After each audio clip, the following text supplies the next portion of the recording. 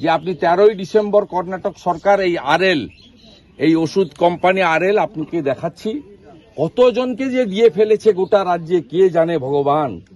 সব কিডনিগুলো যাবে, তারপরে বলবে কি জানেন, তারপরে বলবে আপনার আছে, সুগার আছে, ক্রিয়েটিনিন বেশি। এই যে আরএল 13ই ডিসেম্বর কর্ণাটক সরকার এদের বলেছে পশ্চিমবঙ্গ সরকারকে বন্ধ করো এই ওষুধ দেওয়া।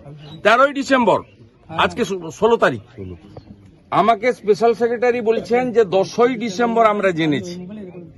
আপনি বলুন এটা মার্ডার ছাড়া কি বলবেন? আপনি বলুন এটা কোনো অভিযোগ নয়। কাল সকালে কোনো ভোট নেই যে আমি রাজনীতি করছি। আমি বলছি এটা মার্ডার ছাড়া কি? সরকারের দ্বারা মার্ডার। গরিব মানুষ কোথায় যাবে? আমাদের বাড়ির লোক তো হসপিটালে যায় না, প্রাইভেট নার্সিংহোমে যায়। মুখ্যমন্ত্রীর বাড়ির লোক তো হসপিটালে যায় না, বিদেশে যায়, সিঙ্গাপুরে যায়, নিউ ইয়র্কে যায়। আপনারা যাবেন কোথায়? গরিব মানুষ যাবেন, আর আপনাদের সরকার 20 স্যালাইন দেবে? আপনি বলুন আপনি আজকে 1 মাসেরও বেশি সময় ধরে হাজার হাজার পশ্চিমবাংলার রুগীকে এই বিষাক্ত জিনিস দিল, যে ক্ষতি আপনার হয়েছে। বাকি 3 জনও তো অত্যন্ত সংকটাপন্ন। আমরা কোথায় যাবো? সরকারের কাছে? আরে সরকারের যারা বসে আছে উপরে না, এবং আমার পরিবারের লোক প্রাইভেটে যায়, সরকারের কাছে যায় না। টাকা কোথায়? কোন স্বাস্থ্য সাথীর কার্ড কোথাও চলে না, কেউ নেয় না। গেলে বলবো এটা ভ্যালিড নেই। না নেয় না। আর এখানে আয়ুষ্মান ভারত নেই। ভাই আপনি একদম শক্ত থাকুন, আপনার বাচ্চার দায়িত্ব আমার, ঠিক আছে? আমার দায়িত্ব। আপনি আমার হোয়াটসঅ্যাপ নাম্বার লিখুন। আপনি আমার সঙ্গে সহযোগিতা করবেন। আপনাকে নিয়ে আমি অনেক দূর পর্যন্ত লড়বো। আমি আপনাকে নিয়ে অনেক দূর পর্যন্ত লড়বো। 13ই ডিসেম্বর কর্ণাটক সরকার জানানোর পরে কেন এই ওষুধ সরকারি হসপিটালে ব্যবহার করা হবে? এটা তো অভয়ার মতো সরকারের দ্বারা খুন হলো।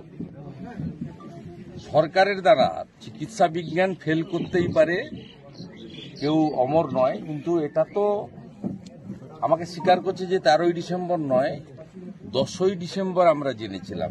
স্পেশাল সেক্রেটারি আমি পোস্ট করেছি সোশ্যাল মিডিয়াতে, দেখবেন। এবং আমি তারপরে বললাম এই 4 জনকেই এই 20 স্যালাইন আপনারা দিয়েছেন গোটা পশ্চিমবঙ্গে, না আরো অনেককে দিয়েছেন? উত্তর দিতে পারেনি। এবং আমার বিশ্বাস কয়েক হাজার বা লক্ষাধিক হবে গোটা রাজ্যের সমস্ত সরকারি hospital, primary health centre, medical কলেজে এই 20 ওষুধ 10ই ডিসেম্বরের পরে প্রয়োগ করা হয়েছে।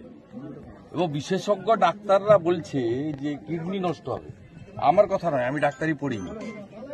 এবারে বলুন, সরকারের কোনো দায়িত্ব কর্তব্যবোধ নেই?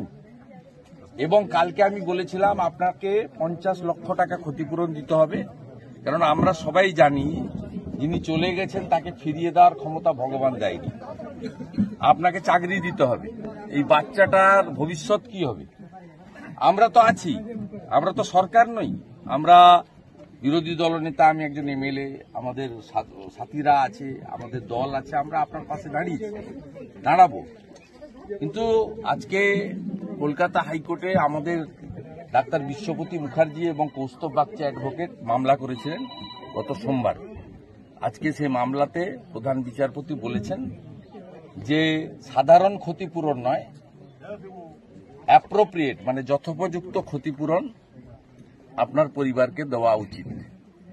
তাই আজকে এই 3-4-5 দিন হওয়ার পরেও আপনার বাড়িতে কেউ এসেছে? না কেউ কোনো যোগাযোগ সরকারের পক্ষ থেকে চেক সাহায্য? মদ খেয়ে মরে গেলে, বিষাক্ত মদ খেয়ে মরে গেলে 2 লাখ টাকা নিয়ে পৌঁছে যায় প্রথমে। আজকে 5 দিন 6 দিন